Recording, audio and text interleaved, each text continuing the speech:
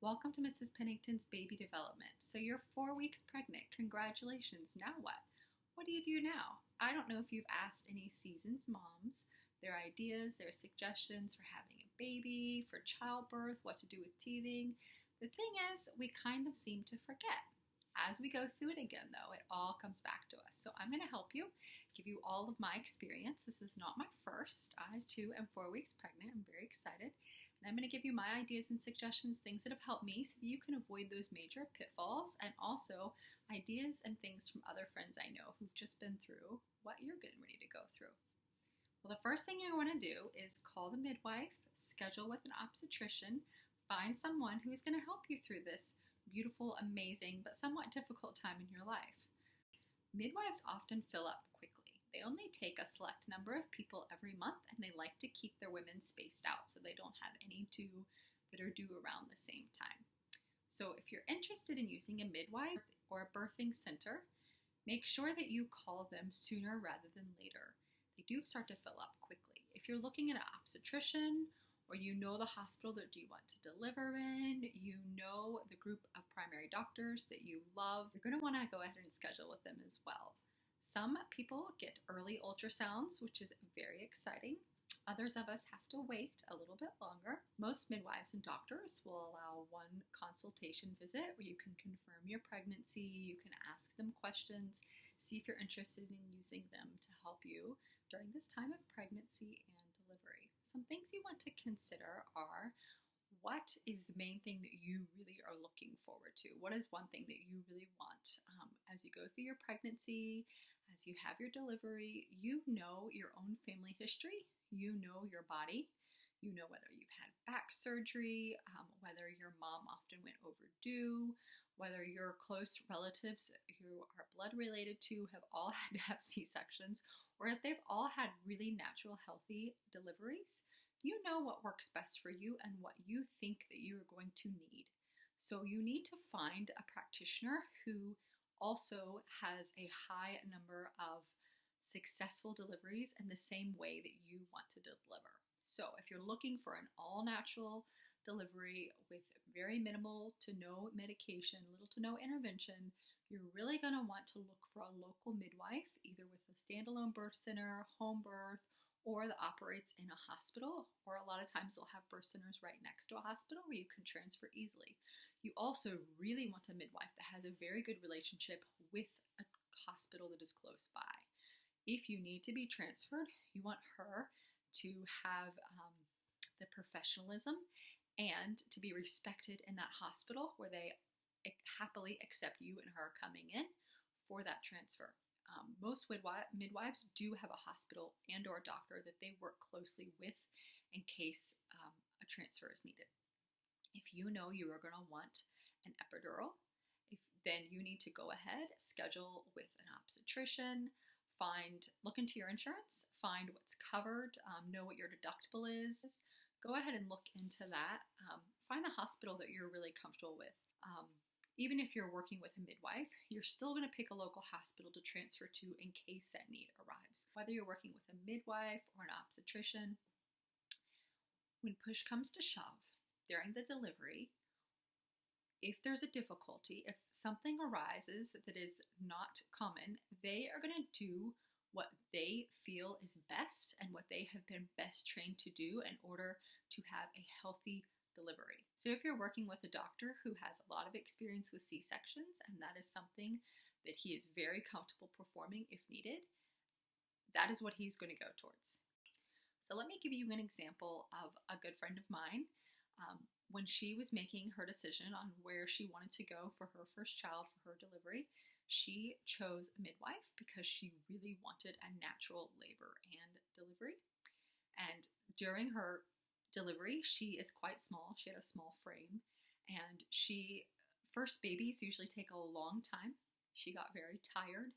Her oxygen levels started to fall some, and so she was put on oxygen. And they were looking at possibly transferring her to the hospital, which was right across the street. But they decided to try one more thing. There was another midwife who was very seasoned that was in the office, and they called her in. She put my friend through several different body positions And the baby was up a little high. He wasn't quite crowning, he wasn't quite coming down. So they put her in different body positions to really move that baby down. And then finally they put her in a racing start position and then twisted her hips, and pop, baby came right out. From that experience, she really felt like she had picked the best option for her. She had a difficult time. Baby's heart rate was starting to drop, and they were very close to transferring her to have a C-section, which would have been fine. She would have had a healthy baby. If that's what needed to be done, she would have been happy with that. But she was very happy that when push came to shove, they did what they were most comfortable doing and what they had been best trained in, which was to put her in different positions to really move baby down quickly through the birth canal. And then that last racing start position, and then twist her hips, which just helped baby really to come right out. So that's just an example of whatever your end outcome, what you really want it to be, you need to pick a doctor that who's also has a lot of success with that sort of outcome. So you definitely need to get recommendations from friends, and also who they don't recommend and why.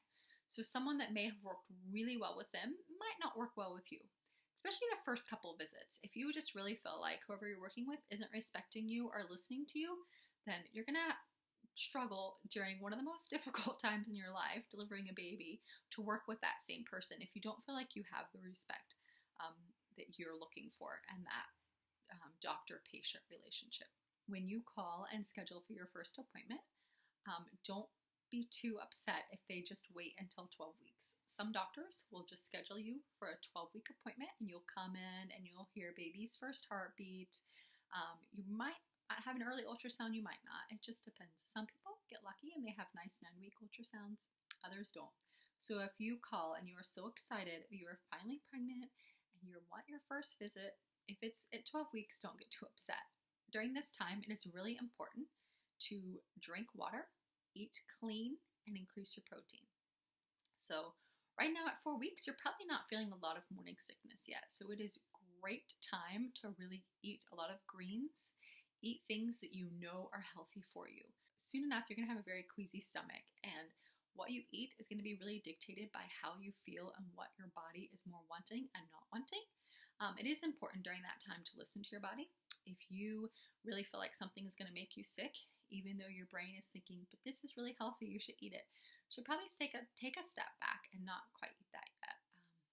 Your body will tell you what it does and doesn't want. And of course, if all you're desiring is salt or sugar, you need to use your head a bit and just have a little bit, but not too much. But this is not the time to go to Costco or Sam's and buy all of your favorite things. Your desires change drastically during pregnancy when it comes to food. So something that you totally love this week, you might not want to touch next week or the rest of your pregnancy. So buy things in small quantities, because you will often change the things you're craving frequently during your pregnancy. So you really need to keep your water levels up. You should just have a slight yellow color in your urine. If water is making you feel a bit queasy when you drink it, you can try to have warmer water. Sometimes that helps. Or you could do like 3/4 a cup of water and a little bit of juice or some other flavor in there just to help you really get that water into your body. Sometimes you can put grape juice, a mango helps. I find the orange juice is often really acidic and hurts my stomach. Often dairy too will make you feel a bit queasy. So be careful of the yogurt and the liquid yogurt drinks. Those sometimes really set off your stomach. Most morning sickness hits about 5 to 6 weeks. On average, at 6 weeks. Around 6 weeks, you'll start to feel a lot more uncomfortable around the belly area. And we'll talk about that when we get there. You definitely want to get a good multivitamin. So I'd highly recommend a capsule versus a tablet. So the capsules have the little plastic on the outside, and all the small things that you need are ground up really small so that your body can instantly absorb those. Tablets, your body has a little bit of a harder time breaking down and absorbing. So I would highly recommend capsules. You also need to look at the back and see what the serving size is for the day. So you might feel like you've gotten a great one. It has 90 tablets and it's a good price and this looks like a good brand and you're happy with it. And then you realize you need to take 3 a day. So really you're just buying a 1-month supply. So pay attention to that on the back. It is really important to take these multivitamins throughout pregnancy and then also while you're nursing. Let's talk about what foods you now need to avoid. We all know we can no longer have our caffeine. Some doctors will say a little bit of caffeine, or maybe like a fourth of a cup or a half a cup, or just go decaffeinated for your tea and coffee. We all know alcohol is also something we're not supposed to have right now. And not having alcohol for a few months is way better than having a baby with fetal alcohol syndrome. So that's something we can all just give up for a while. We also know that deli meats aren't something that's recommended during pregnancy. Be really careful with that. There's a concern with listeria. We also know that raw eggs, are not at all recommended. Boiled eggs are awesome. Scrambled eggs are awesome. That's a great way to get your protein in. But raw eggs are not okay. So we'll have to avoid our cookie dough and our brownie batter and all of those things, and our eggs Benedict. If you do get eggs Benedict, just have them fully cook the egg. That's all you can do right now. So soft cheeses are not okay. However, you can cook them. So you can definitely cook a brie, and that is okay. There are amazing recipes with cooked brie. So you can definitely have a gorgeous brie appetizer that's cooked, but we can't have soft cheeses that have not been cooked. Sprouts on salads are also not recommended due to the contamination of listeria. Also, have to be careful about mercury in fish. So if there's a Pacific tuna that you really like, look up how much mercury is in that. So fish is great during pregnancy. Just be careful of the mercury content. And nowadays, there is great information on how much mercury is generally in certain types of tuna or canned salmon. Or you can find a lot of information on how much mercury is generally in those sorts of fish and the types of fish that are known to have higher mercury contents. So fish is a great thing to eat. It's a great way to get your protein in right now. Just be careful on consuming fish with high mercury content. So that's all for week 4. Ask for recommendations from your friends or non-recommendations of who they really would not recommend you use. Get a good multivitamin. Be careful what you eat. Start watching your foods. Eat clean right now. Eat healthy right now. And make sure that your water is really being kept up. Soon enough, it's going to be a lot harder to eat clean. So start out now with good habits. When you exercise, do light to moderate. I wouldn't do any heavy exercising now, especially these first 12 weeks. Light to moderate exercise is always recommended, but don't go run a marathon tomorrow. Congratulations, and I'll put up a video with week 5, what to expect next week.